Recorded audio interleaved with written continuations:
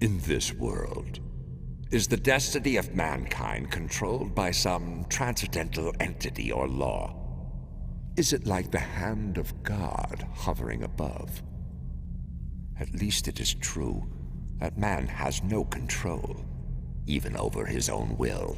So Berserk recently came back after Mira's third death and or addiction to Idolmaster, and I figured now would be a good time to do a review on the series. I will probably do a video on the movies and manga later on, but first I would like to cover what was my first experience with Berserk. Produced by Oriental Light and Magic and originally airing from 1997 to 1998, the anime follows our protagonist Guts through his experiences and adventures with his mercenary band, the Band of the Hawk. Berserk is my favorite anime because of the story. Anytime Berserk wasn't building characters or relationships, it felt like there was always something stirring in the background. Seriously, this shit did serious-ass Game of Thrones politics way before Game of Thrones did. You form a bond with almost all of the characters in the series, except Adon, because fuck Adon. You eventually realize that even Corcus has a place in the show, because Guts deep down takes his criticisms to heart and knows that some of them are genuinely true. I've never seen something that takes several very generic points and plays them off amazingly. Guts is a big strong guy with a huge ass sword, yet he constantly questions his morals and his purpose in killing, and isn't invincible. In fact, he gets severely hurt in some scenes to point this out. You really believe that Guts and Griffith have a deep friendship, and that they are willing to go to the ends of the earth for each other. And Casca's depiction of scolding Guts that almost turns into a motherly love is depicted amazingly. Unfortunately, there are some things missing in the anime that assisted with the character development in the manga, such as Guts' childhood rape by Donovan and his battle with Bayald later on. But the show still stands fantastically on its own, and hey, it leaves some new content for you if you wish to read the manga later on. The only other real complaint that I have with the anime in terms of story is a similar one that I have with the manga, and that it is the in media res beginning. While it is great that they included things from the Black Swordsman arc in the first episode, and I later did come to appreciate this arc because of Guts' emotions at the time, this seems extremely generic in the beginning, as it is the typical strange wanderer comes to town and beats down the big baddie kind of thing. Also, let me just warn you now, Berserk is extremely violent and explicit. If you are one to get highly emotional at a series or at a character's actions, I would suggest that you take caution with the series, and especially so with the ending. Violence and sex are rampant in Berserk, but to me it never seemed gratuitous and helped to serve the atmosphere. Also, the anime cuts a lot of the supernatural content. Whether this is a good thing or a bad thing is dependent on you.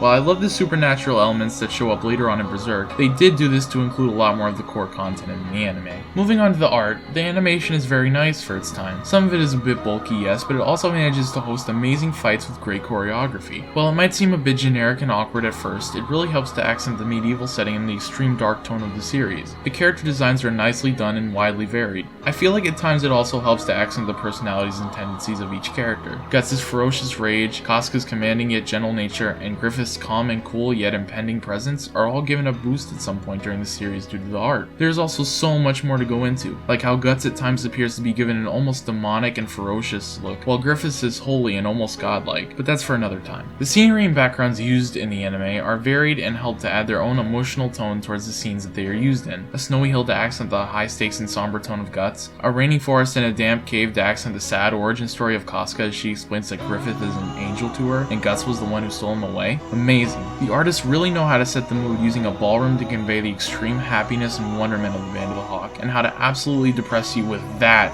background near the end. Speaking of the ending, I don't want to show that much of it because of spoilers, but I feel like I should cover this before I move on to sound because it has a great deal to do with both the story of the series as well as the art. The ending of Berserk is very controversial to some. I personally think that it is an amazing end to an amazing series that will leave your jaw dropped. However, I also planned on reading the entire manga immediately after. Those of you who don't like manga might not have as much of a good time with it, and unless you watch the Berserk movies for that little bit of closure that they give at the end, as depressing as it might be, this might be your last encounter with Berserk. The ending is at that scene because at the time, the manga was still very early and was very close to the end of the Golden Age, so the studio had to choose a good stopping point in order to catch up, and boy did they choose a note to end on. Personally, for a series that had built up this plot point from the very beginning, I think that it is an amazing conclusion to the anime. Everything that you have heard so far, from the whispers and rumors in the first episode to the character relationships to how Griffith deals with pain in Casca's flashback, has been leading up to this very moment. The final episode of Berserk is what cemented it as my favorite anime, and that the conclusion is an amazing cliffhanger and gives you a true insight into Guts and Griffith's motives for their goals. This is also displayed in the art, as the animators go all out with the disturbing and off-putting imagery, and crank the explicit level up to maximum. So many elements build up to this final moment that I feel like this is the most important plot point in the series, considering it also still factors in heavily today for the manga. Just calling the ending bad or good isn't sufficient enough for me. It's controversial to say the least, and will either leave you loving or hating Kentaro Miura.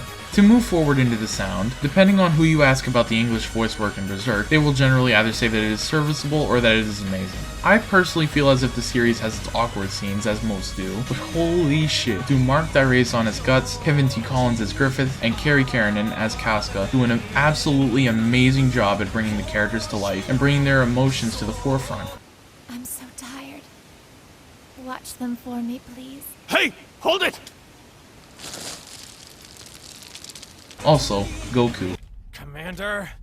When the shit goes down in Berserk, these guys help to make sure that it goes down, and when it's not, they do a great job of accenting the friendships and romance in all characters. The only issue that I have is that some of the enemy soldiers and background characters sound a bit off.